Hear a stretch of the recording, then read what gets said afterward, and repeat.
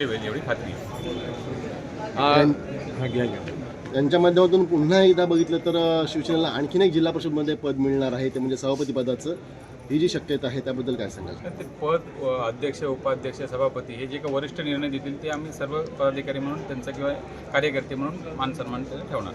साहेब, कणकवलीत 2 मतदारसंघ शिवसेनेच्या वाटेला आलेले आहेत. शिवसेना म्हणून पक्षाची स्ट्रॅटेजी कशी असेल आणि विजयाचं रणनीती कशी असेल? नाही, 2 जरी आले असले तरी 50च्या 50 उमेदवार हे आपल्या जिल्हा परिषदेमध्ये शिवसेना भाजपचे आहेत, युतीचे आहेत. त्याच्यामुळे 100% 50च्या 50 जिल्हा परिषद सदस्य कसे निवडून येतील याच्यासाठी आम्ही रणनीती ठेवणार. आता किती जणांनी आतापर्यंत फॉर्म भरले आहेत आणि काय सध्याची परिस्थिती? 3 वाजेपर्यंत समाधान, अजून कधीचं पूर्ण अपडेट मिळालेलं आहे. एकूण कणकवली तालुक्यामध्ये जिल्हा परिषदचे 2 आणि पंचायत समितीचे 2 असे एकूण 4 जागा या शिंदेंच्या शिवसेनेमध्ये तुमच्या शिवसेनेला मिळाल्या.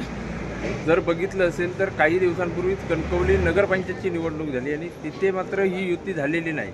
नगरपंचायतच्या युतीमध्ये न झालेल्याचा फटका बघून भाजपकडून या जागा आपल्याला मिळाल्या असं वाटतं. असं काय नाही, ज्यावेळी सन्माननीय आमचे विद्यमान खासदार आणि माजी मुख्यमंत्री नारायण साहेबांनी पुढाकार घेतला की ह्यावेळी आपल्या जिल्ह्यातून युती व्हायला पाहिजे. राणेसाहेबांचा सगळ्यांनी मान सन्मान ठेवलेला आहे आणि राणेसाहेबांच्या पुढे कोणीही बोलत नाही. राणेसाहेबांनी एकदा आदेश दिला, त्या आदेशाप्रमाणे शिवसेनेतले आम्ही कार्यकर्ते असो किंवा भाजपमध्ये असतो त्यांनी सांगितलं की ह्यावेळी युती व्हायला पाहिजे आणि त्याप्रमाणे मान सन्मानाने युती झालेली. पण ही युती होत असताना ह्या युतीमुळेच कुठेतरी भाजपमध्ये बंडखोरी पण झालेल्या पाहायला मिळतं. म्हणजे शिवसेनेला काही जागा ज्या सोडल्यात, विशेष करून तुमचा बालेकिल्ला होता, तुम्ही सदस्य होता तो फोंडाघाट, त्या ठिकाणी पण बंडखोरी झाली आहे.